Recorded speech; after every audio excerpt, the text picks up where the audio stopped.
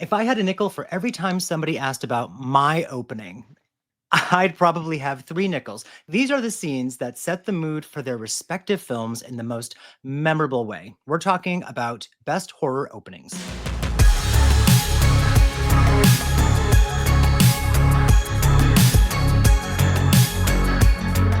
Okay.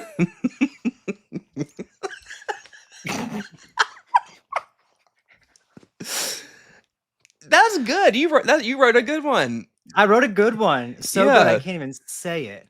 That cold open about openings was so fucking good. I couldn't even say it. I know. It's probably the Mhm. best opening ever that we've I had think so far. so. And it makes sense to be in our best opening episode. Have the It's good best to be opening when open. you're talking about openings. James, so you told me you watched House by the Cemetery. Mommy. Oh my god. And when he's saying mommy, his mouth is going like his mouth is going.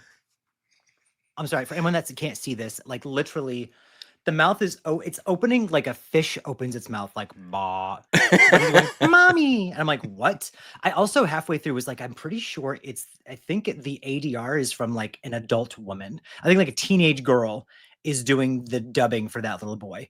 Yeah. Because it makes no sense that would be a child. Bob, Absolutely no sense. isn't his name Bob? Bob. Yes. Yeah, Now literally Bob.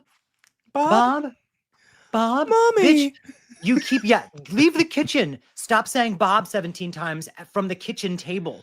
Like, check another room or call him fucking Robert because this is 1981. And I don't know. Oh my god, that movie was just like, it was not it for me. Like, the kills were cute though. Okay, at the end when Bob's like in the basement trying to get the stairs and trying to get the door open and he's like coming behind him, that for me panic inducing. Well, it was so creepy, but I think by then I was just so mad. I was just so annoyed and I was like, kill them all. I was like, please murder all of them. And I'm glad that almost all of them died. How But do I you was not know like, that someone's in your basement? Like how do you not know? how do you not care? Like how many people went into that basement and the door would like creak so loudly and they would not turn around. It would slam shut and there'd be like 3 beats. It would slam shut and they'd go, huh. But it happens so much. And so then they come down again and they're shocked that the door closes behind them. Again, shocked that it closes behind them. The next person comes down, shocked that it closes behind them. I was like, and then at one point they're like, he's like, there's a monster and blah, blah, blah. And Anne's dead, her head everywhere and something, something, whatever. And then also Anne and that husband were, they were doing something, but they like left the door open all night. Like if your kid, who I don't have a kid and I don't want one, but if my kid were like, there's a monster in the basement, I wouldn't number one, go down there and make the kid go first, which she does. And then look in one spot. She doesn't check the basement at all. She literally like walks down to the bottom and goes, see, nothing anywhere. And then they go back upstairs and then she leaves the door open all night long. So he walks back down at the kitchen and like looks over and it's open. And he's like, mommy, Anne. Oh my God. Mommy. Yeah. Mommy. Oh, Bob. May, that little girl. Yeah, I'm definitely more of a Gates of Hell person. Okay. Yeah. City of the Living Dead. I think that's the better. Because House by the Cemetery is technically like the 3rd movie of the Gates of Hell trilogy, which, aren't really connected or anything. It's not, that's what I figured. It's just considered his Gates of Hell trilogy. There's Gates of Hell, there's Beyond, and then House by the Cemetery. So yeah, I think the Beyond and Gates of Hell are a lot better. Yeah, you don't have annoying little Bob running around. Well, hi everyone. This is Don't Be Dead. I'm Derek, and I'm James, and today's episode is called "Show Me Your Opening," because we're talking about some of the most iconic movie opening scenes in horror. And spoiler alert, this show is for people who've probably seen most of these already. We assume that you've seen most of the horror films that we are discussing. If not, or if you don't care, keep listening. But if you do, fair warning, we're going to spoil the shit out of this stuff. That's what we do. Mm-hmm. Unless you want your opening spoiled. These jokes are getting old fast. Okay, before we assume the position, it's disgusting. It's game time. Oh no. Oh yes. This week's game is called Guess That Opening. I'm your host and Derek is today's opening kill. Okay. Okay. All right. So this is how it's going to go. I'm going to play the sound of technically the title card of a movie. So this is the sound or music or whatever audio is happening at the time that the title shows up in these films. So it should Okay. be called Guess That Title Card, but that's not nearly a fun enough name. So it's Guess My Opening. How about that? Now I'm gonna play the first one. Are you ready to play Guess That Opening? Always ready. I am Always always ready. ready. Yeah. I Stay stay ready, and so I don't ready have to to get ready. Thank you. Thank you. Okay. Here we go. Number 1. Candyman. Yes. Some of these are- Candyman. Yep. Candyman. Okay, little delay. I got it. I got there. Okay, we're doing this. Number 2.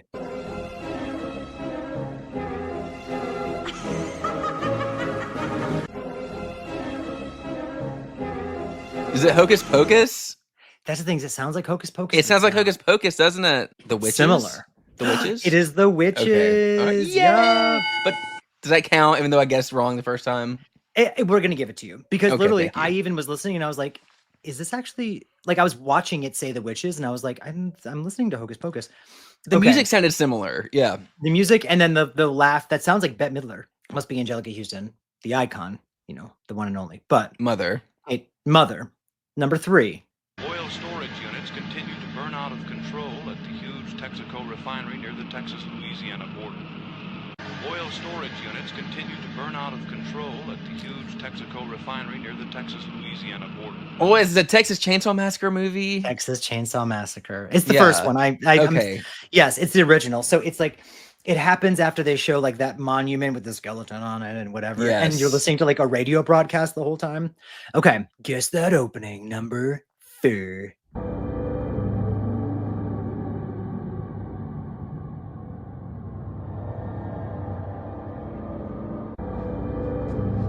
Let's start it over.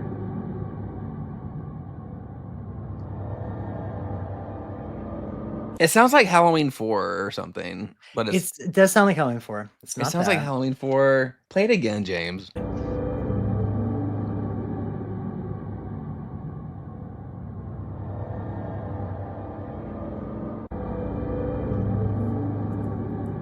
Give me a hint. Give me a hint. It is way more modern than Halloween 4. Okay. It's come out in the past like 25. It's come out in the 2000s at some point. In Okay. any 25 years that we've had 2000s already, it's one of those. We've had 25 of those already. Yeah, we had 25 of those. Okay, one more time.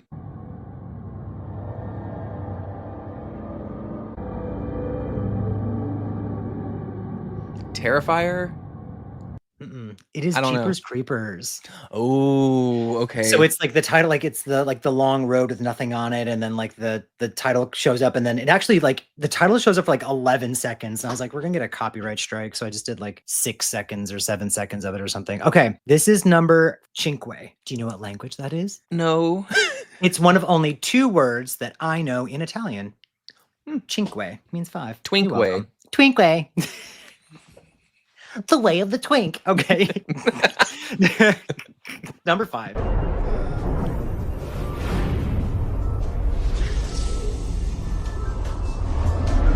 Resident Evil. Yes, that soundtrack is there. I even Mhm. turned up the background music a little bit just to make sure. Okay, number 6. This is great. You're doing You're fantastic. not playing my. You didn't play my dinghy. Oh. I like Number this 6. game. I like This this is fun, game. right? I love this. I love the sound guessing game. Yeah. The last one we did, I felt bad, so I needed something. No one knows an opening like Derek. Number 6. I gotta get this.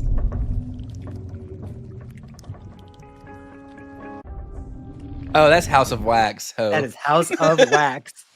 I left a little bit of the thing in there because I'm like, he's gonna probably recognize the sound, but my brain does that where I know a sound, and if it goes into the next part, like I already know where it's going, and I'm like, you have to know House of Wax. Is playing Deftones Minerva. Yes.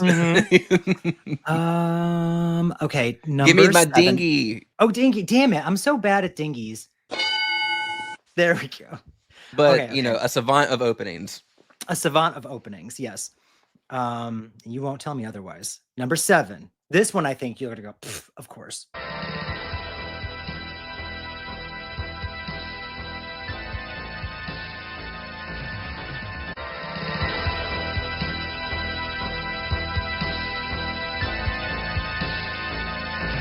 Is it Return of the Living Dead? No, but it's close.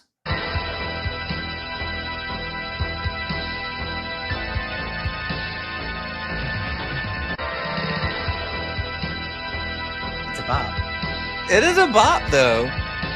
I know I've heard this before. Mm-hmm. It's not Return of the Living Dead. Mm-mm. It sounds like a zombie thing, though. Almost. Oh, is it Night of the Demons? It's Night of the Demons. Yes. Sorry, I knew it was going to come to me eventually. There we go. Okay, now number 8. Carrie? It is Carrie. Okay, that was not tough at all. Crushed it. All the boobies in the locker room. I've seen that movie. I've seen that opening.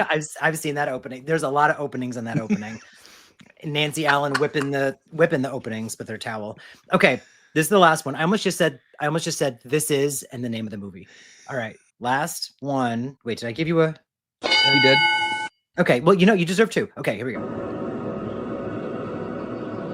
That's Halloween 4. That is Halloween 4. If you did not get that, laptop closed, podcast canceled. Done. Yeah. Yep. Yeah, done. We also just watched this like a week ago, 2 weeks ago.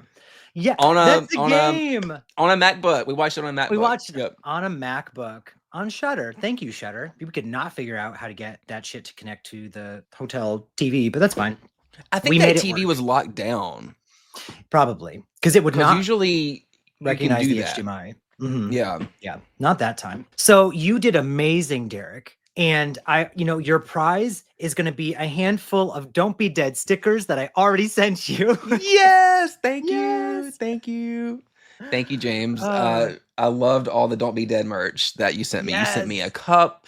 You sent Mhm. me stickers. You sent me a phone Stickers. case. Phone case. I mean, we got merch. We got merch. It's cute. We're going to have more merch. I'm going to get it tattooed on my neck. Oh, there you Right go. here. And we're going to sell that. We're going to sell that chunk of skin from Derek's neck after. The QR code right here, too. Yes, just scan my Adam's apple to like, comment, and subscribe. No, that stuff's really cool. Thanks for doing that. Yeah, no, I was like, we need to have cool stuff just for us, and then eventually for other people.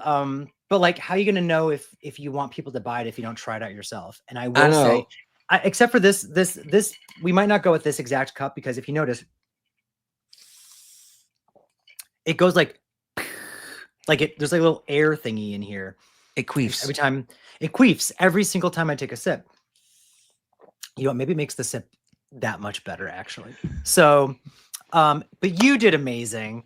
Thank you, with James. That was with- fun. That was fun, right? Good. We'll do more of those, more openings and such. Sorry, I do like the audio ones that you have been like throwing at me lately. You threw a couple games at me the first time that had such like effort and research put into them, and I was like, dirt, I got some trivia cards. So I'm like, we're not doing that anymore. Like James is coming prepared, or James isn't coming.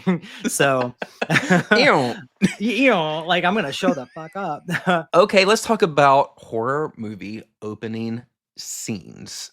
The first one I'm talking about is It Follows. Oh, Right? Ooh, yes, You've seen this movie, right? I have seen that movie.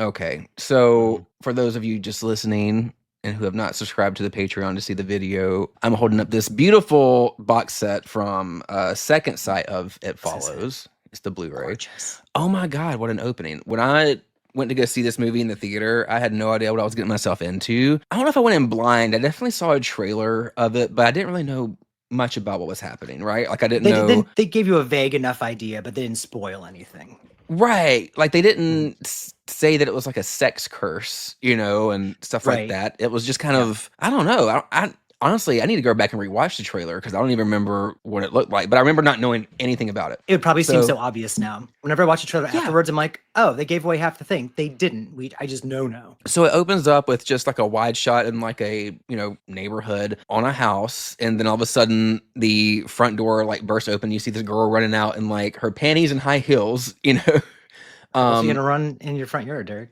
How else do you do it? That's how how I I do do it. That's how I cut my Mhm. grass. That's how Yeah. I check the mail. Exactly. Go to the neighbor's house asking for eggs and butter, Yeah. like in my panties, and I burst through the door. That's how they do in So South Carolina. she's running from something and you can't see it. The audience can't see it, but she's just freaking out. She gets in her car and just takes off. And next thing you know, she's just sitting on the shore of like a lake, I think, and talking to her dad, crying, saying she loves him, sorry.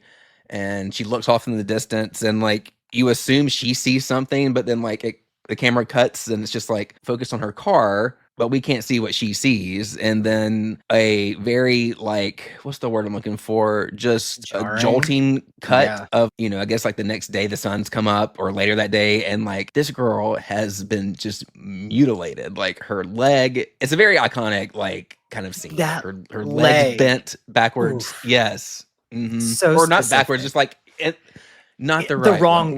way. Yeah, not Yeah. the like it's no, it is backwards. It's like up, and then like where her knee is usually would go down, her knee goes like, no, we're gonna go this way. Yeah. Like it's like a Ouch. snap back. Oh, and yeah, it's jarring because it's like you're kind of hyper focused. Like, what is she looking at? It's almost like I remember Wes Craven used to say this a lot. Like he would constantly like show something and like force force your perspective. They force your perspective and it's kind of building towards something. So then when it suddenly just cuts to, I don't think there's even like a loud noise. I think it's just silent. It just I cuts think to it her on is. the beach. It is scary because it's scary that it suddenly happens, but then it's even scarier that like her leg is bent the wrong way. I think her heel is still on her foot too. It is. She was dressed very cute, you know, just be running around in panties and heels. Oh But yeah, adorable. it really sets you up for like the rest of the movie. It kind of like Mhm.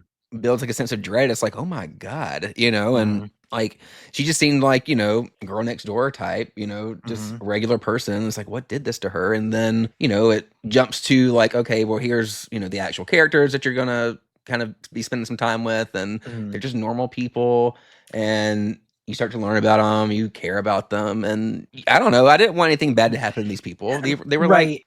you know, I liked fine them. young folks. The boy was like so sweet, and the opening, because sometimes you have like an opening that might be like a cool opening, but it doesn't maybe pertain to the rest of the movie as much. Like it's there to be a cool opening, but it doesn't set anything up. And that scene like perfectly sets up, like you said, the tone of what's to come. You're It gonna lets have you a know lot the of threat is a big deal. Like yes, it is like a serious we're running threat. around. There's a threat we can't see, and then this is what's gonna happen if it gets you. So then when it does get close enough to people, like you're scared for them, especially like you said, because you like the characters. Oh yeah, no, that's good. That's a good pick. That's cute. God, I just remember when this movie came out, when after I saw it, I was like, oh my God, I've seen simple movies like that before, but like I Mhm. just appreciated how simple the premise I was gonna was. say so Like simple. minimal special effects. It's how they do that, you know? Yeah, how do you do that? It's called good writing. It's called good It is good filmmaking. writing. It's good. I'm excited for the sequel. Are they making a sequel? Yeah, what's her face is coming back, the same writer director, and it's called Micah They Monroe's Follow. coming back? Yep, And what's it called? I'm sorry. They Follow. Okay. Right. I'm like, There's a lot of okay, them. there's a bunch of them. It's like the aliens to Alien, you know, like we're just gonna make them plural now. I was curious if it was gonna be like a prequel kind of thing. Part of me, like, okay, just like you're naturally inquisitive about the origin of that curse. Like, where did it come from? You know, but like part of me is like at the same time, it's like, well, maybe I don't want them to tell me because it's kind of what's a little creepy about it. It's just like an urban legend, or maybe it turns into an urban legend kind of a thing. I don't know. I would kind of like to know less. So I mean, I'm fine with them giving like inklings of an idea of what it is, but I'd rather them give us like a Halloween explanation of Michael Myers' situation instead of giving us like a Halloween 2 explanation of Michael Myers kind of thing. Like when they It's make her it sister, yeah. too specific, yeah. Or really, if we go into like, you know, Rob Zombie's Halloween, where it's like, you know, it's very like this is exactly what happened and this is blah blah blah. No, I don't want all that. Don't spell Like, it out. Let them don't spell it flip out. through some pages, you know, Yes. of like a book about, you know, demons or curses, and Yeah, and let it them could just be scan a this. page real quick. Yeah, like even what is it? The you mentioned Return of the Living Dead earlier, where they even are like, I thought that if you like, you know, like Shot them in chopped the off head. their head or shot them in the head, whatever, that they died, and they're like, I don't know, it's how they do it in the movies. Like, you don't need to explain it for it to be, you know, scarier or whatever. If you do a good enough job of making the threat real and the characters likable, then period. Oh, what a perfect movie. I don't think you and I've ever talked about it that much. No, it doesn't. Well, we usually talk about like really not crappy. I'm sorry. Excuse me. No, Campy crappy. 80s films. Well, crappy. Yeah. We talk about like bad movies and we talk about like slasher movies mostly, I feel like. What do you This even consider It podcast Follows? is What broadening genre our is horizons. that? I mean, my brain just goes to thriller just because that's a very vague, but is it paranormal? A paranormal thriller? Yeah, That's what it supernatural. is. Yeah, Supernatural thriller. There she is. Speaking of supernatural thrillers, well, not the best. One of the my favorite horror movie openings is from Scream. It's not supernatural thriller at all. Which we're looking at Casey Becker's iconic beautiful face right now, played by Drew Barrymore. In the same, well, you know what? Not even in the same respect. Like your opening that you just described from It Follows, like perfectly sets up what's to come. This movie does that, but it's kind of like it sets the tone for the movie, and the movie never stops being that. Like the movie is, I just think, like so, it's like almost perfect from start to finish. Scream is a great movie, Mhm. and it brought horror back to the mainstream, et cetera, et cetera. But it's like it's even 6 movies in, it still stands as like in the franchise, the best opening scene, I would think. And then in like horror slasher kind of in that whole subgenre, still also one of the best horror openings. Like you have also, I think, because when it came out in the 90s, like we didn't have cell phones. So you know, the cordless phone that she's walking around with was still maybe a luxury to some.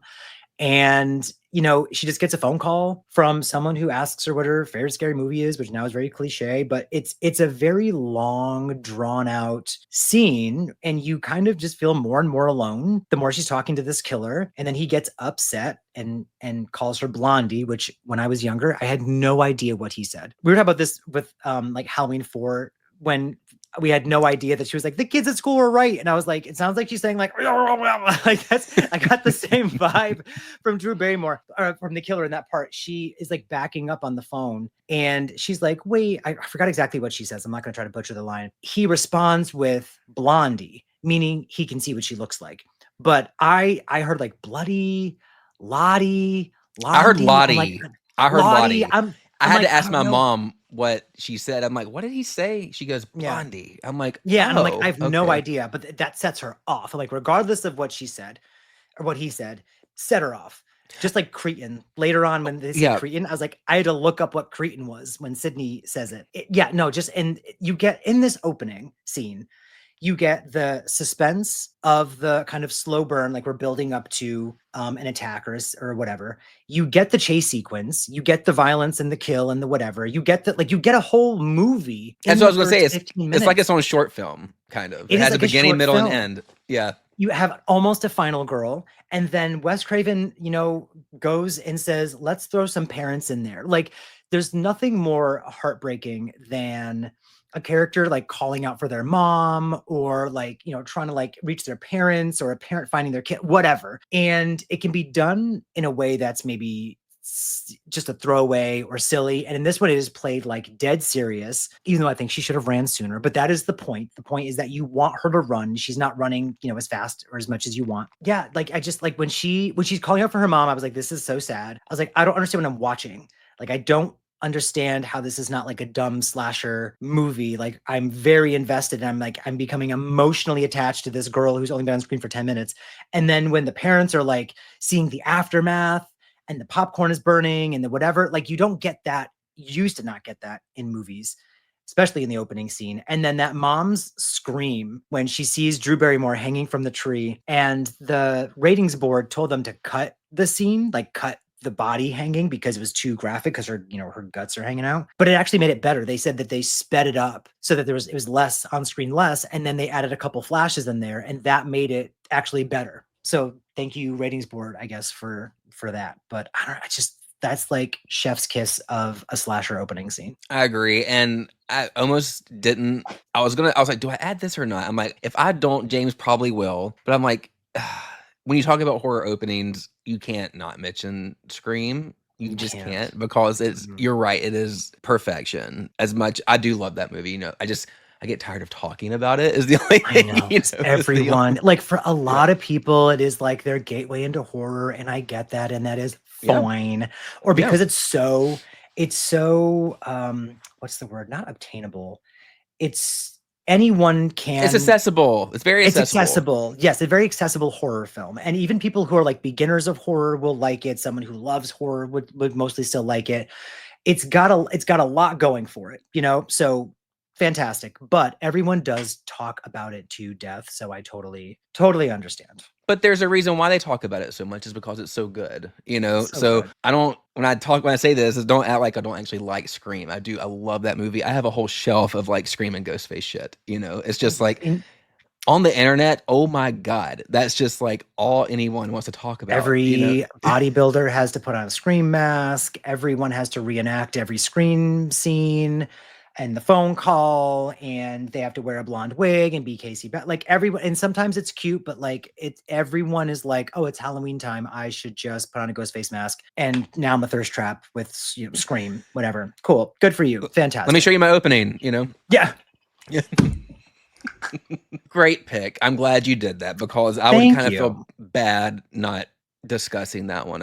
If you weren't gonna bring it up, I was gonna bring it up at the end. So. Yeah, and I have one that's kind of like that too, but you might bring it up, and if not, I'll throw it in there. But it's yeah. Okay. Great pick and Oh, totally justified. Love that.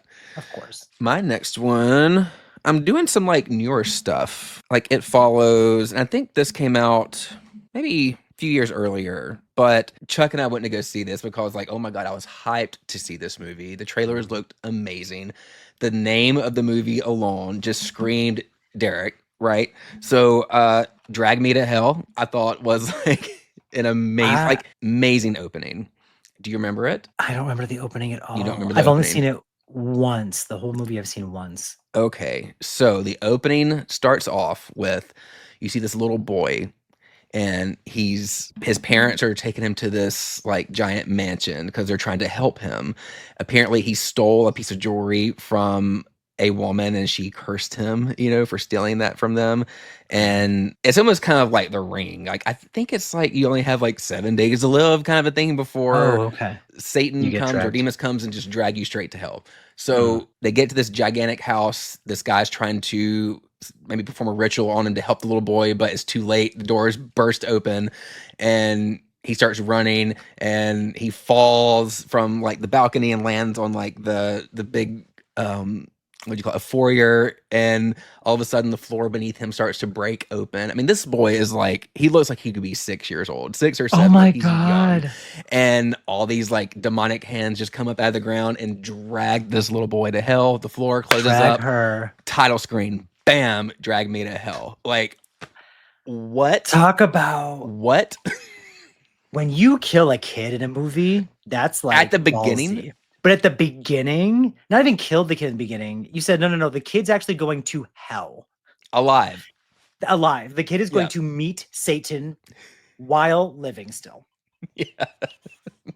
Wow, I don't remember that at all. So that's Sam Raimi, you know, and I was like, That's holy cute. shit, he really just went there, you know. I'm like, Well, he that's hadn't how you done do an anything in a opening. That's how you grab a bitch and drag them to That's hell. how you know? say. He said, "Get over here." Yeah. Grabbed her by her oh, hair. I just love that movie. I felt so bad for Alison Lohman, her character in it. That's- That poor girl went through fucking hell in that movie. And Literally. like, can Right we there. please have a sequel and go rescue her? Like, I was surprised that there wasn't because I remember like watching it and being like, "Oh, that was pretty good." Like I wasn't like super blown away, but I was scared throughout because Sam Raimi knows how to add suspense with weird shit, and then he knows how to jump scare. He's like the precursor to like a James Wan where he loves to misdirect and then jump scare, or a jump scare will come out of like the most mundane thing. Wes Craven was good for a random jump scare too, but like Sam Raimi, iconic. And it's full of those. There's like, oh my God, I remember this. It's like a goat head, the witch lady, some shadows on the wall, like a bunch of random stuff, but I never watched it again. But it was weird to me that Justin Long watches her, beautiful Justin Long, watches her get pulled down to the depths of hell, you know, and then that's it. And that's No, how it that's ends. it. You see the tears coming strolling down his face. Like, Mhm. okay, it's not a very happy ending, but I've talked about this before. I appreciate movies that just fucking go for it, Yeah. and don't Mhm. pull punches, even though how devastating it can be, especially when you're super invested in like the lead character or whoever Mhm. character it may be. Yeah. Because the characters were well written in this movie, and like you cared for this girl, and Mhm. you didn't feel like, okay, did she do something kind of shitty to deserve this? Not really. I mean, she was trying to get ahead at work. She wouldn't extend this lady's mortgage payment. Yeah.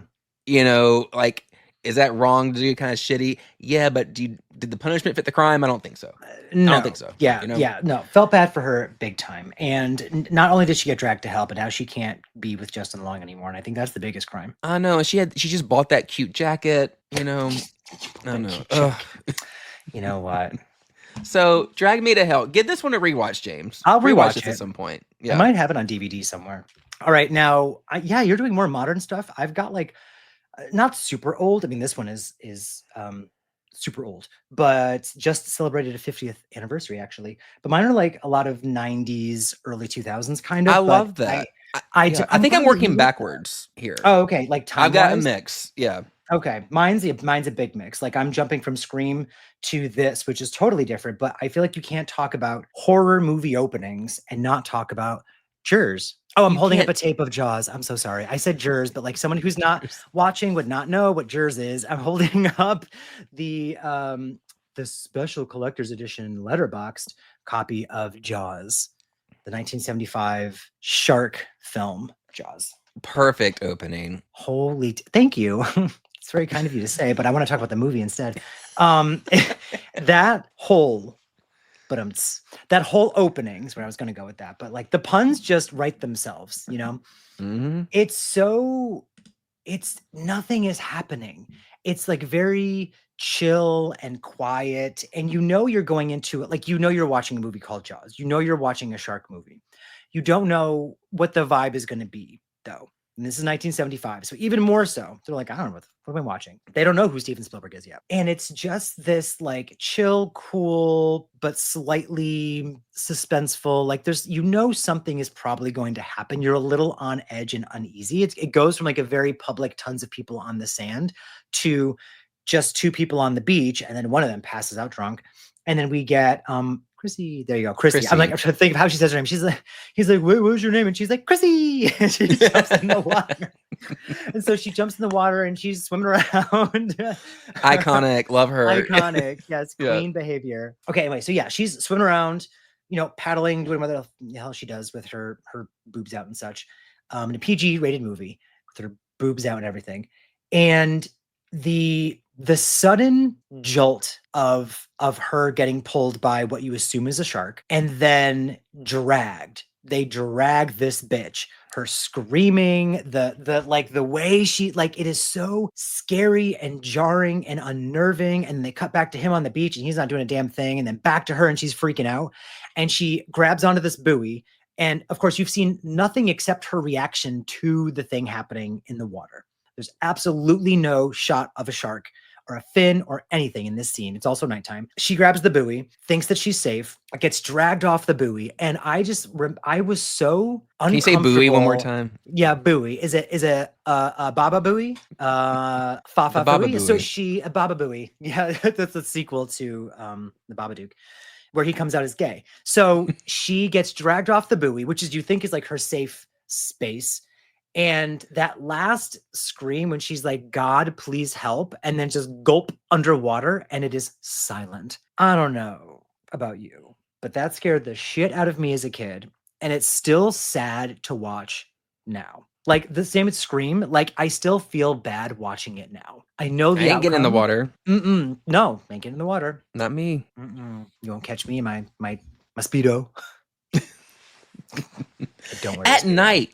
They went swimming at night. Why? Well, it was 1975 and Jaws hadn't come out yet, so they didn't realize that sharks exist in the water and will eat you. And like imagine, and like people still left their doors unlocked back then. It's the equivalent of when they left their doors unlocked. Kids were put in the back seat on like metal seats with no seatbelts or something like this. They were free balling it back in the 70s. Trial and error was still happening. A lot of error was still going on. God. So and so good. again, the movie's fantastic, but sets up the tone for the rest of the movie. The audience knows there's a threat out there. Everybody else is unaware, and it's like, don't get in that water. You Right, won't don't get in die. that water. You're going to die. And there's so much. It's a dialogue heavy movie, but it's handled with great care. It's never boring, in my opinion. But because you know that there's a threat and you don't know what the threat is exactly, you know it's a shark, but because you haven't seen it yet, it leaves more to your imagination. And Steven Spielberg and everyone involved in the movie said the shark animatronic thing not working actually helped the film because you were supposed to see the shark in the opening. A lot of the scenes where you're supposed to see the shark because the shark wasn't working. Bruce was the shark's name. They had to improvise, and the improvisations worked out better than if they had the big machine like go gulp, gulp, gulp, whatever. There's only a few shark attacks in the whole film. There's like 3 in a 2-hour movie, but they did Is such a that great it? job, right? It's her, it's the boy, the Kittner boy, and then there's the guy in the pond. That's it. And then I'm at the very end, you have Quint. Yeah. Dies. But there's like an hour and something before they even get like on the boat to go hunt the shark. The first like hour and 15 minutes of the movie is them just on land, just stay landlocked. You're right. You're Don't go in right. the water. But I've never considered that. It's handled with such care. The pacing is so great, but because they established because they established the threat at like the perfect kind of time increments, you're on edge the whole time. Like almost when you think you're maybe feeling comfortable, you're kind of forgetting like, oh yeah, it's a shark movie. They're like, what? Shark attack. Yeah. Oh, there is, forgot his name, whatever. They go looking for someone's boat. Ed? No. There's a jump Ed scare. Hollister. Yeah. There's a jump Mhm. scare. Yes. They find the boat and he has been dead, but you didn't see him get attacked, but, don't they find his still. head, like his decapitated his head, or something? yes. And that was filmed at like someone's pool, I guess, as like a last minute thing. They're like, you need like a jump. You need like another beat because it's too Mhm. much time of nothing happening. And I'm glad that they did that. But yeah, no, that opening scene, simple. So simple. So good. You're going with some classics. I like that. I'm classy. And that's why Says I'm about to who? mix it up. Nothing else, the Community. Nothing else that I'm choosing is classy though. So here we go. Well, I'm about to throw something really trashy up. 2004 Zack Snyder's Dawn of the Dead remake, I think, has a incredible opening sequence. I love a movie that just kind of throws you into it, like the action of it, just kind of right off the bat. And this one does that. It opens with an actress I love, Sarah Polley, like Sarah Polley. Queen. She's She's done doing some enough. great films. Mhm. And she's also, I saw her recently in something called, I can't think of the name of this. It's a show on Apple TV with Seth Rogen. She's playing like a director on. Oh, is it the studio? I was gonna say she actually she's directed some stuff too. Is I it forgot called what The I watched. Studio or something? It's called The Studio. I think it's like Apple Yeah. TV. I've heard it's amazing. Oh, I didn't know she's in it. That's awesome. She's in a very cool episode that I've seen. I haven't seen it all. She might be in more of it, but the episode I saw her in, it's all about she's trying to do one of those. She's trying to wrap her movie, but she wants to do it in one long continuous shot where it's like, they don't cut at all. Yeah. And Seth Rogen is like the executive producer or whatever. He goes to visit the set and he keeps like fucking it up. He keeps like interrupting them and like messing the shot up. But what's cool about it is that they're trying to do this. It's double layered. So they're trying to get this one long shot, but that episode is all done in one take as well. That's amazing. It's crazy. Watch it. Oh, God, there's a movie that has like a 12-minute. Oh, I'm mentioning this without even knowing the name of the movie. I think it's like Kevin Costner. No, not Kevin Costner. Chris Klein is in or something like that. I don't know. It is like a 12-minute opening scene that's all one shot. And I think up until that point, and probably for a while after, was like the longest one take. And it wasn't like one take where some movies will actually kind of cheat and they hide cuts. Like it literally was one whole take. I think it also took place in Hollywood. I remember. That's cool. If someone is listening and knows what I'm talking about, let me know down in the comments what the name of the movie is because I do not recall. But someone showed it in film class. Have you seen One Cut of the Dead? No, I've heard of it. It's like a found footage. It's a Japanese found footage film. Zombie something. What? Is it zombie? It's Zombies? zombie. They're trying to make a zombie movie, but then actual but then zombies become a thing, and When you try to make a zombie movie, zombies will come. So, but it's all like one cut, Oh, it's Yeah. all one, like Mhm. one. Got you. Ooh, cute. Mhm. Very cool movie. But Very cool anyways, back to Dawn of the Yes. Dead. Sarah Polley. Wow, Sarah Polley just sent us on a little side mission. You did that. She's like a nurse at a hospital, and that's where it kind of opens. She's just having like her regular day. She's finishing her shift. She goes home. sees her little neighbor girl on the street. I think she's skating or something like that. And then she goes inside to see her husband. They lay down, and then they look in their hallway and they see the little girl. Little girl just attacks the husband, like basically just rips his fucking throat out, you know? Mhm. And all of this takes place, I think, in what, like 10 minutes is the opening, you know? It's quick, but it's very effective. quick, very fast. Like it goes from 0 to 100 very quick, because in this movie, if you get bit by a zombie, you turn pretty quick too. But so Sarah Pauli's And I love husband, that. yeah, he turns really fast, tries to attack her. She escapes, gets in her car, is trying to escape her neighborhood, and like by this point, just chaos has erupted outside. There's houses on fire. Bitches are getting like ripped apart in the street by zombies. Ambulances are crashing into people. Like just utter chaos. And The you see chaos all of of it this all. before even the title card comes up. Mhm. But when it does, it plays one of my favorite Johnny Cash songs. So it's pretty cool. Pretty cool. Which song is it? It's not Ring of Fire. What is it? No, it's When the Man Comes Around. Yes. Yeah. Oh yeah, because the title card. I think does it play at the end as well? I don't know. I remember like the credits with that song, and like the credits, like blood is smearing. I think it is the beginning, and like it just looks cool. I love like an aesthetically cool, like the people's names turn into like smears of blood while Yeah. that song is playing. Yeah. But yeah, that whole thing is so, stuff is gonna pop off, just like like Jaws. Most of these openings, something's gonna happen, but you don't know when. But with that one, it is like you said, very fast. All of us, it's 0 to 100, and I love a smart character. Like, yes, we've talked about we love dumb characters and stupid people in movies. Like they are the best. But I think because they're the most root for relatable to us, the most James, you know? relatable, yeah, like that'd be me. Yeah. Deceased. But like the smart characters are the ones that make me more like anxious and nervous, and I root for them more, because if they're doing everything right, I'm like, please live, please live, please live. And the movie is just shot beautifully and edited very well. So it's like panic inducing from the second that little girl's in the hallway, and the panic never really stops till the end credits. And even then, the end credits are actually spliced with more footage, and then the post credits has more. Like it's just, you're on edge the whole time. And then I forgot that movie has, oh my gosh, Dunphy, the dad from Modern Family, plays like a douchebag. He's the one who like an sleeps with that asshole. blonde girl. He's a total Mhm. asshole. I need to watch that again. I haven't seen that in a minute. Ving Rhames, love. The As I was, redhead from Wrong Turn, love. The redhead from Wrong Turn, she's in it. Yeah, she Yeah. plays like some young girl or whatever. She Yeah. plays like a young character.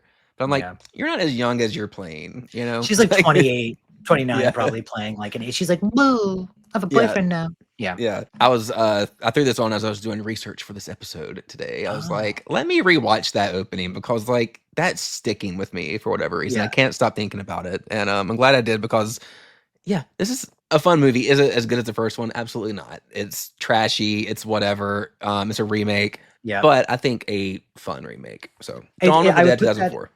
2004. I would put that on the list of like remakes. If we ever do like a remake episode, I would that love. would pop up. We have to do a remake episode. Speaking of remakes, this one's not a remake. I love transitioning to things that we're not previously talking about. One of my favorite opening scenes that I feel like we just don't, no one talks about enough, is the opening scene of The Faculty.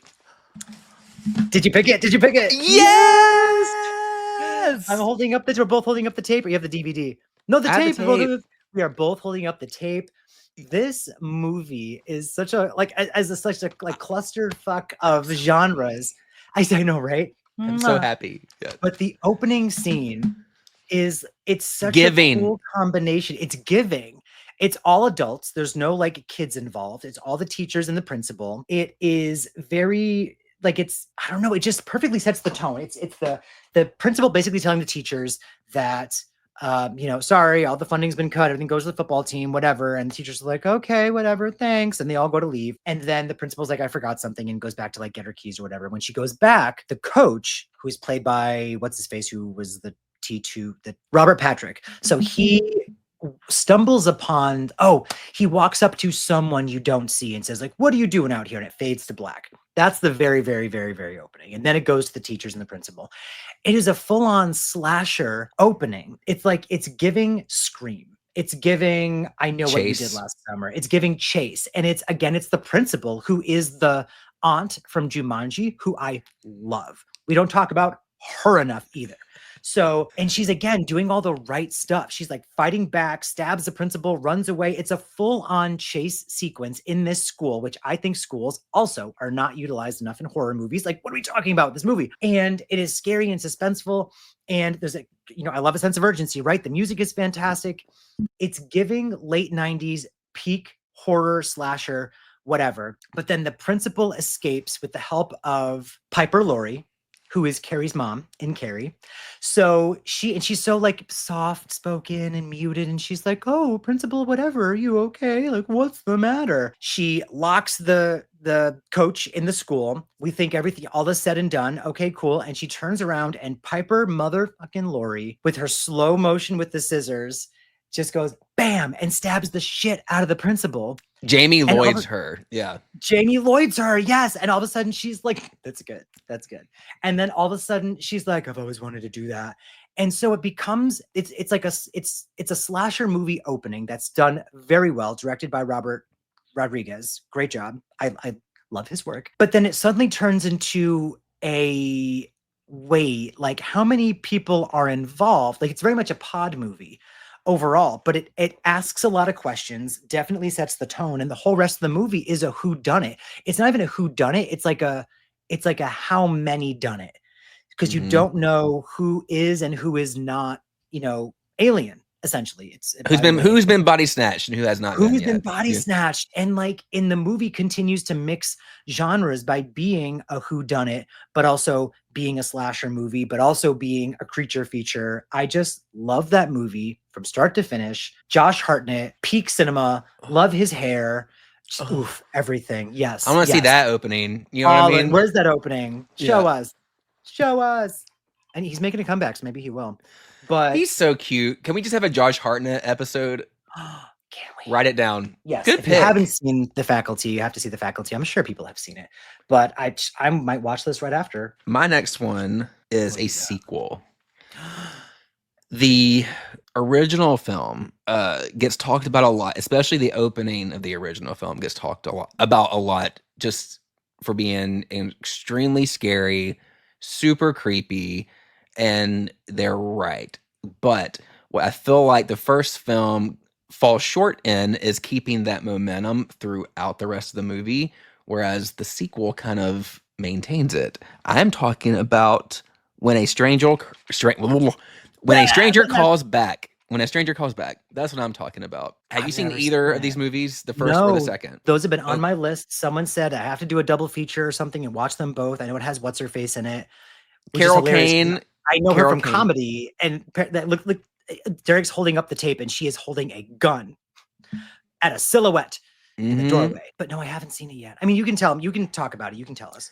I can talk about it without spoiling a whole lot. Yeah. Okay, so the first film, When a Stranger Calls Back, yes, the opening scene is terrifying. The calls coming from inside the house. It's famous. It's been copied, multiple times. Whatever. But like I said, the first film, like, it starts out with like, okay, this is like a horror movie, and then it just turns into like almost like just like a detective thriller, and doesn't really keep the suspense throughout until like the very end. When a Stranger Calls Back opens up with Jill Schoelen, who I also love, famous from Popcorn, famous from The Stepfather. She's a late 80s, early 90s horror queen. It's kind of like a throwback to the original. She's going to babysit some kids while the parents are out or whatever, and she hears a knock at the door, and she goes to check the door, and this guy's saying, "Hey, my car's broke down. Can you call someone for me?" And she's like, "God, I don't want to deal with this guy." And she goes and she like pretends to call, but she doesn't really call.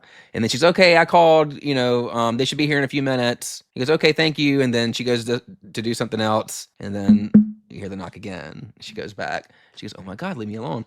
And anyways, he's inside the whole time. Oh, he's inside the whole time. Okay. I don't want to say anything else. Okay, gotcha. It's not the call is coming from inside the house. It is I am inside the house. I'm inside the house, and the way he does it is very interesting. There's sometimes, do you know how, like, I don't know if you ever, all right, there's an example in this movie where just dialogue, just them explaining something really got under my skin. There's a part in the movie where the characters are talking about she lives alone, but she's coming home and she notices just small things in her house have been moved around. Things that she would only notice, like a book on her bookshelf has moved somewhere else, like little stuff like that. And for whatever reason, that creeped me the fuck out. Just thinking about that, like being Yeah, yeah. alone, and then you coming and like Noticing. who's been in here, right? Yeah. So creepy as fuck. I would just, James, if I were Creepy. you, I would just watch this one and not the first one. So I don't have to have seen the first. no. Oh. Carol Kane's character is in the first. Yeah. So there's that. But and she kind of But there's references things that happen in the first, but I mean, you really don't have to. Gotcha. And isn't it like way after? Isn't it like the first one's like from the 70s or something, and the second Yeah. one is like early 90s? This came out early 90s. I want to say mid 90s, maybe early 90s, 92, something like that. Yeah, it's a 90s. 90s Okay. movie. I'll see. Really I've creepy. I've been told it's very good. Some people think that it's stupid. I don't think so. The killer just does really creative things. I don't know. Not gonna say. Okay, that's all. That's all I'm saying. It's all I'm saying. I don't want to ruin that for you. No, Because it was, I remember watching this at home, when I was a kid, and just that opening it really did terrify me. Yeah. And it stuck with me to my adult Maybe years. we'll Like, do, I'm a still live- thinking we'll do, about it. So this one we've talked about on a previous episode before, and it makes me a scared. But if we're talking about horror movie openings that set the tone and create like a sense of dread that stays throughout, then we are not going to not talk about The Ring. The Ring. Before you die, you see the ring. And it's the remake. Again, not Ring You. Ring You is cute. Ring You is a cute little movie. It's got some cute little scares in it. But The Ring, The Ring. destroys my senses on every level. That's the show. On every level, this movie it messes me up. But the opening scene is so bleak and slow and dark and creepy, and it's again shot beautifully. The sounds, you're just listening to two girls tell like a story. Two teen girls, seems realistic enough. It's got Amber, what's her name? I don't know these girls' names. It's got a girl who was also in, I believe, The Grudge 2. She's the one who plays Sarah Michelle Gellar's like younger sister in The Grudge 2, and she was also popular on like some TV shows and stuff back in the day. Anyway, she's in it with her friend, and they're talking about, this mysterious tape that kills you when you watch it, etc., etc. Find out one of the girls watched the tape. It's day 7, and it just kind of like follows them from the bedroom downstairs into the kitchen. She talks to her mom on the phone. You are uncomfortable from just how things are shot and from the sound effects in the background. There's not quite music, but it's just very weird and eerie. And then the TV randomly comes on in the other room. Aside from one like not great CGI shot, it was like 2002 or something. I'll forgive them. Besides that, it's it's so suspenseful and eerie. And again, mostly quiet. There's not much music. It's just the sound effects. And the TV keeps turning on. I think she even unplugs it and it still turns on or something. Yeah. So finally she leaves. She hears a noise coming from upstairs. We later find out that's the noise of the tape playing, because once you reach your 7th day, you get got. She walks upstairs. It is like it feels like the longest scene. She's walking upstairs. It is so slow. She gets to her bedroom door. There's water coming out under her door. I think the doorknob was even wet. And again, very quiet, very slow, very eerie. The second she opens the door, it flies open. There is a piercing sound, like loud sound, like screeching sound, and it zooms into the TV and then into her face. And the zoom into her face is super fast motion, but it goes from her screaming to, once you get to her face has like shifted and turned like gray. Like you're watching, basically she dies. But then later, we do get like a quick jump scare of the aftermath, which is her face all like contorted in the closet and stuff. But you watch it happen in the opening. It's just so sudden and jarring and scary to me. And it relies just on the sounds and anticipation. Mm-hmm. And the whole rest of the movie, I'm like, I can't deal with that happening again.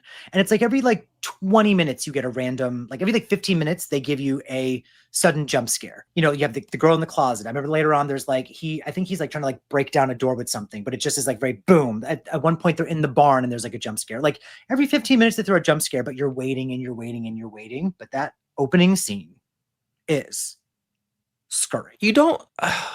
Horror movies don't do that much anymore with like openings, unless I'm not thinking about something. I'm just trying to remember things I've seen recently that were just okay. Like I know what you did last summer, didn't do it for me. Oof. They didn't do anything. Some other stuff. They didn't do No. any damn thing in that movie.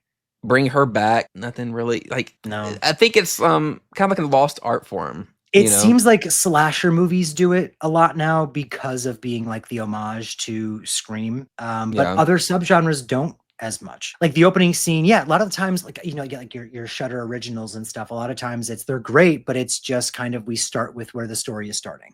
Mhm. There's no setup to give you the payoff later. Or if they Yeah. do a crazy opening scene, it just seems like it's there to it doesn't serve a purpose at the end of the day. Yeah. Like I just watched, we were talking about it earlier. This is older, but House by the Cemetery. And I watched the opening scene and I went, oh my God, that was so much fun. I'm like, that was creepy, weird. Like it just starts off with boobs. She has no shirt on. She's like, Steve, with her mouth not moving properly with the dubbing. And then she just walks in the kitchen. Steve is hanging on the back of the door. He's done dead. She gets stabbed. The knife comes out of her mouth. I was like, oh, like Fulci knows how to do these practical effects. She gets dragged Fulci away by can do this gore. thing- Yeah. Can do gore by this thing with like a mutated hand. And I was like, oof. I'm like, if that's the rest of the movie, I am so excited. And the rest of the movie is not that. The rest of the movie is not great in my opinion. And I kept saying, who are those people? Do we acknowledge them? Because they start talking about like, oh, the so-and-so who died in the house. And I'm like, oh, that was them. Then they're like, well, she died in the house, but then he hung himself in the library. And I'm like, so that wasn't them. Like we just had an opening that had no connection to the rest of the movie. So it literally serves no purpose. And Yeah. it misrepresents the film. It's a great opening to a lackluster film for me, overall. Yeah. So With Fulci, Scream- a lot of his Scream's right, The stuff Ring. is you just are kind of along for the ride, you know. Like That's what I realized. some of These it, movies are a showcase doesn't for always the make practical sense. effects. yeah, Yeah, we're not going to explain it. yeah, Doesn't need to be understood. Look at this blood. exactly. Look at this blood. Isn't it neat? That's it. That's all. That's all it is. But yeah, The Ring was it was a great and could also again be a short film. I Mhm. think that the best I'm seeing like a trend with the best horror openings that we're talking about. They can exist on their own, period. Yeah. Period. Period. Full stop. That's it. Good pick. Great. I actually considered The Ring as well, but then I didn't. I'm like, I bet you anything James is gonna pick this. I was like, So predictable. I'm gonna not.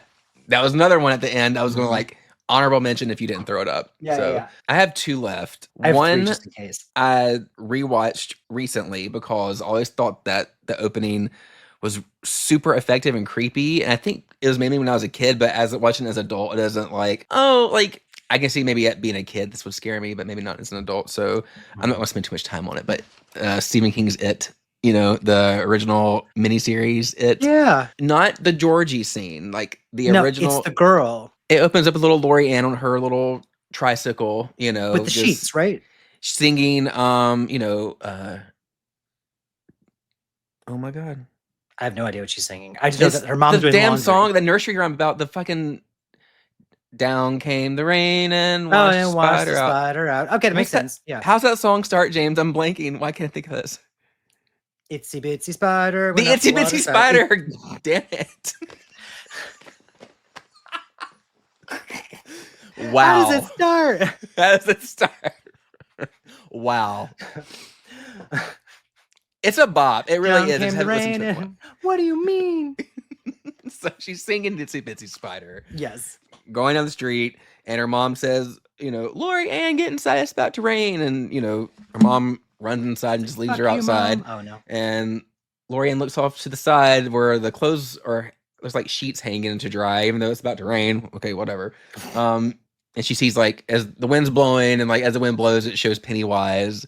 And she catches a glimpse of him. But in my head, like I haven't seen this in a long time, but in my head, I thought that like he showed like his fanged version of himself to her. He just and it- looks mad one of the Yeah. times. Right. If I remember Well, correctly. he's smiling at first, and then Yes.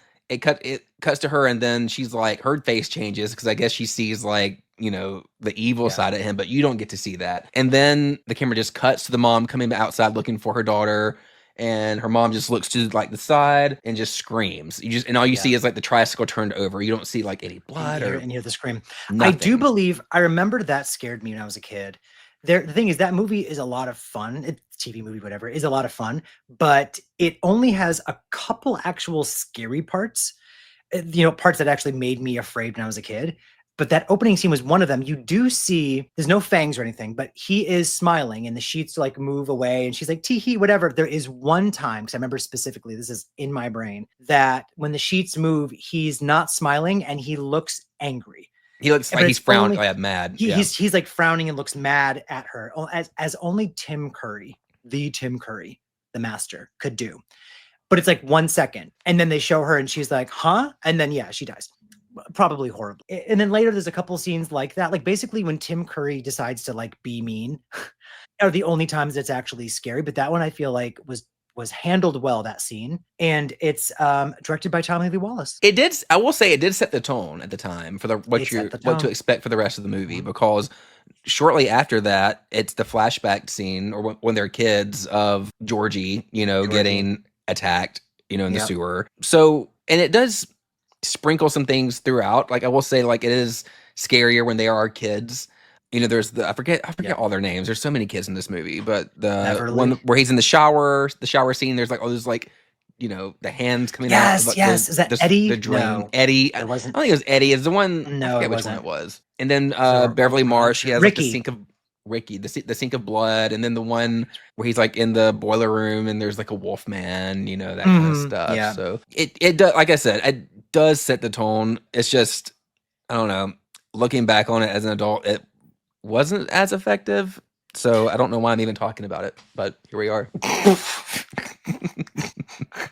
Way to waste my fucking time, Derek, with your I stupid know. My it next TV. one's better. No, My next one's no, better. it is a great. It's a good horror opening, and I will give you that. Especially because like people who have watched it, they're our age and they were kids when that came out, so it scares you more as a kid, and it's more charming now than anything. Especially because it was a TV movie, and back then they were allowed to show nothing. So you have Tommy Lee Wallace, who did Halloween 3, which is like gore and heads ripped off and fingers and eyes and breaking this and that, whatever. And they were like, cool, now make a Stephen King adaptation with no blood, no gore, no scares. And he's like, bet, say less. So, but that opening scene is so effective because it doesn't show a lot.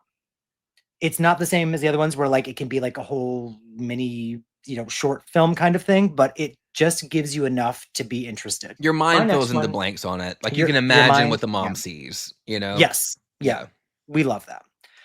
My next one is the complete opposite of that. So this movie is fine. It has 2 great scenes though. That's the thing. The movie is fine as a whole. Fun.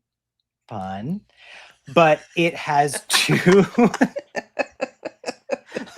See what I did there? I sure But did. Yeah.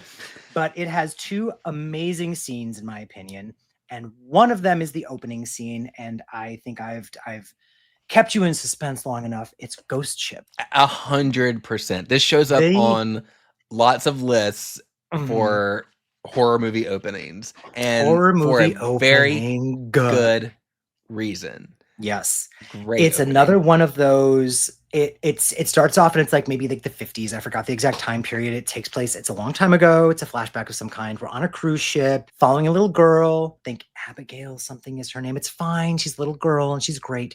And she's like talking to certain, like the captain is like, want to have this dance, whatever. We see a couple characters interacting. Some normal, some seem kind of strange. Like you don't know. There's so much going on. It's like overstimulation on purpose.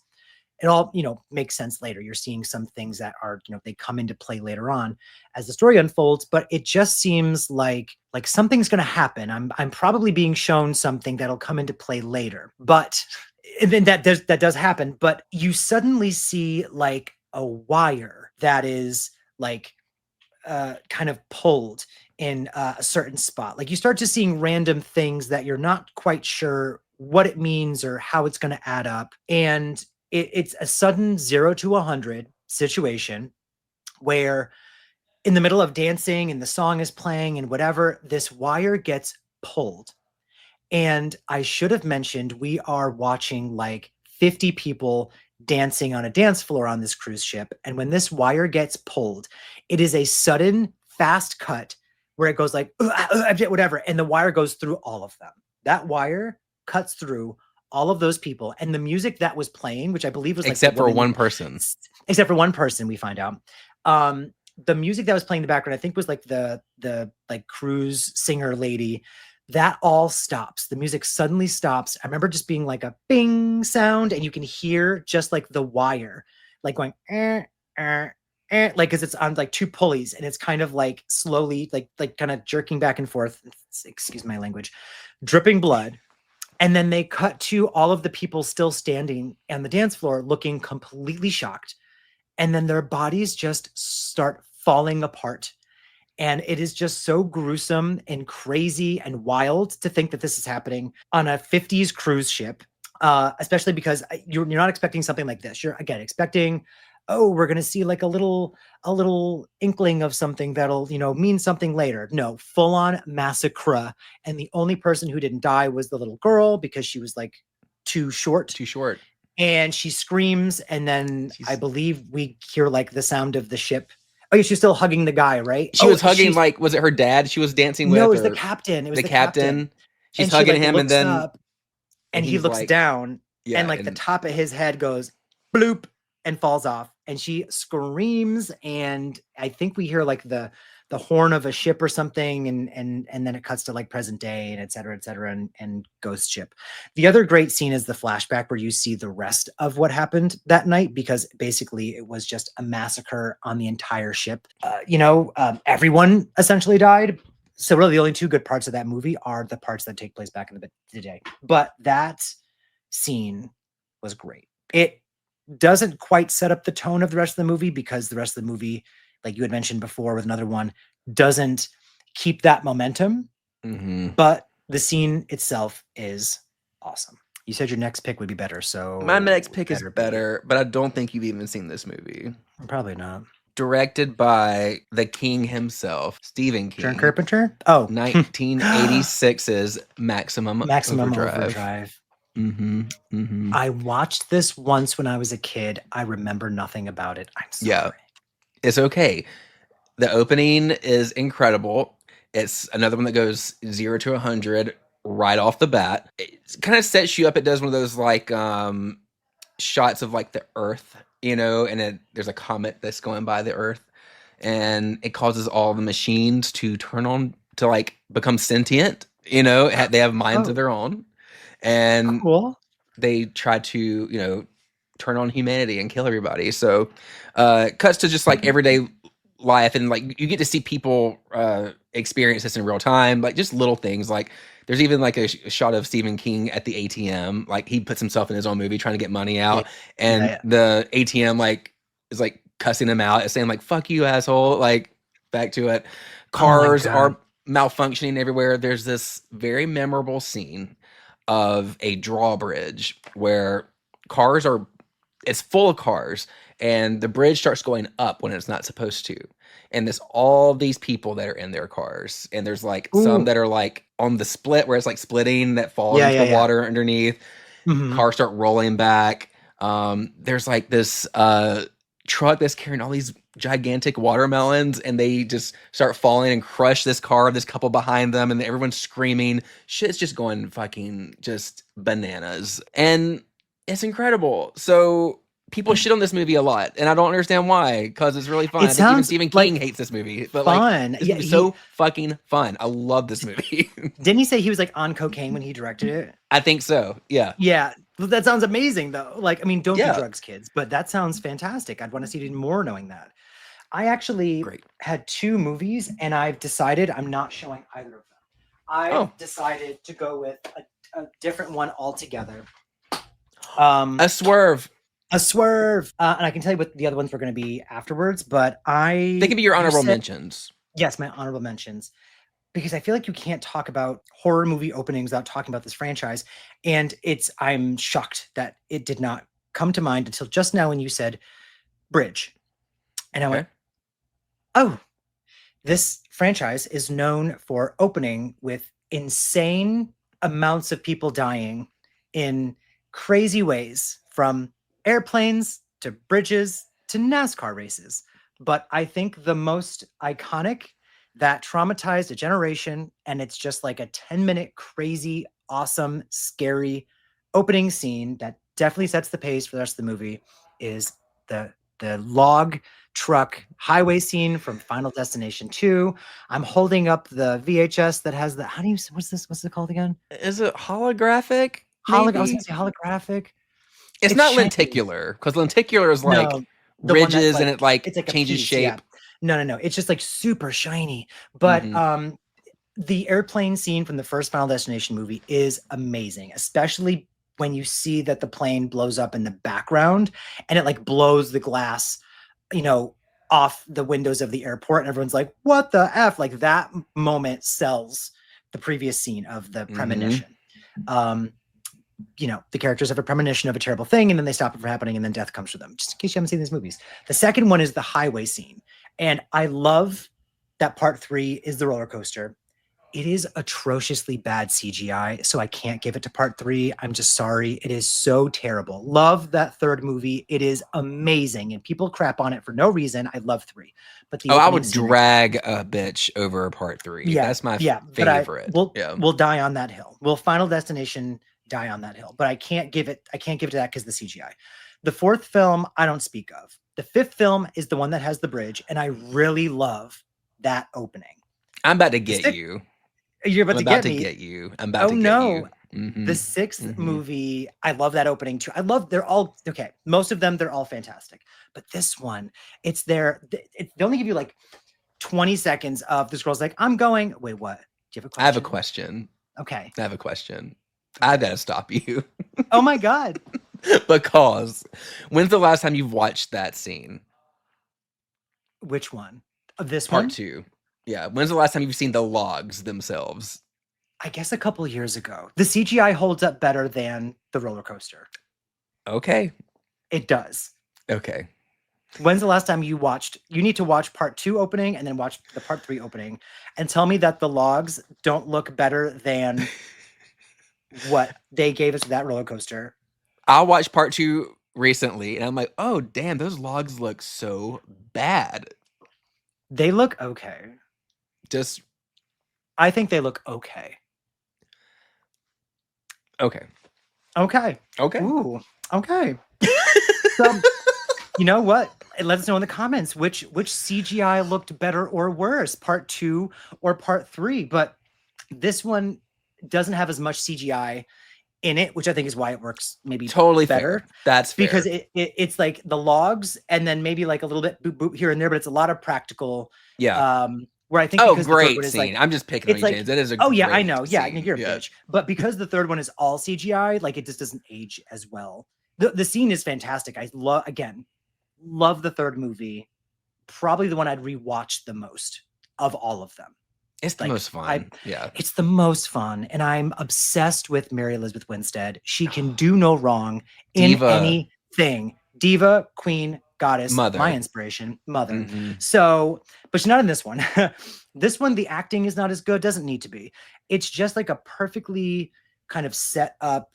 It's everything's like a chess piece in the choreography of this accident, and I feel like the opening was handled, besides like part 5, maybe the choreography of what happens was handled the best in the most satisfying way.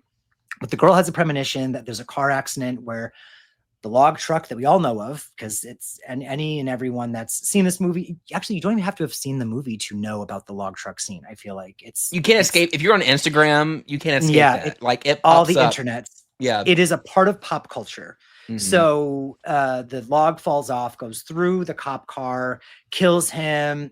Someone else spirals. This person turns to do this. Always killed me. Oh my God, the water bottle falling under the brake pedal. So did you just spit that drink back into your cup? I spit the piece of ice that ended up in my mouth back into the cup. I was like, is she okay? Sorry. So I was trying to be discreet, you goddamn bitch. no, I'm gonna tell everybody. And the water bottle goes like under the brake pedal in the mom and kids car, so she can't stop the car. They blow the fuck up. It's so chaotic. You have the guy screaming while he's burning to death. You have the what is it? The guy in the motorcycle flies off the bike, hits a log, and then his bike like tire hits him, and it just like whatever. It is so great. Technically, it doesn't make much sense. I will say this, and this always kind of irked me. I'm like a logistical queen. So things my brain goes right to like logistics. So it takes about 4 minutes for this accident to happen, like 3 to 4 minutes. But when she stops the car after the premonition and tells the cop, like, there's going to be an accident, when the log truck goes by, number one, it goes by like way after they would have gone, which is strange. And then it's about 30 seconds later that the accident happens. Like, it doesn't correlate time wise with how long the actual premonition was, but I forgive them for traumatizing a generation. So I give it to them. Okay, is that it? I think that's it. Everyone, meet us in the comments and let us know if you agree with our choices. You can listen to more Don't Be Dead wherever podcasts are available, or watch full episodes early exclusively on Patreon. Please leave us a review, and until next time, don't be dead.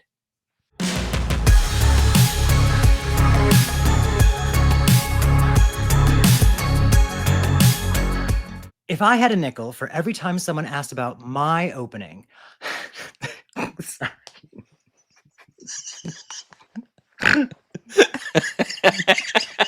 Stupid. You're dumb. Okay. Judy, you're stupid.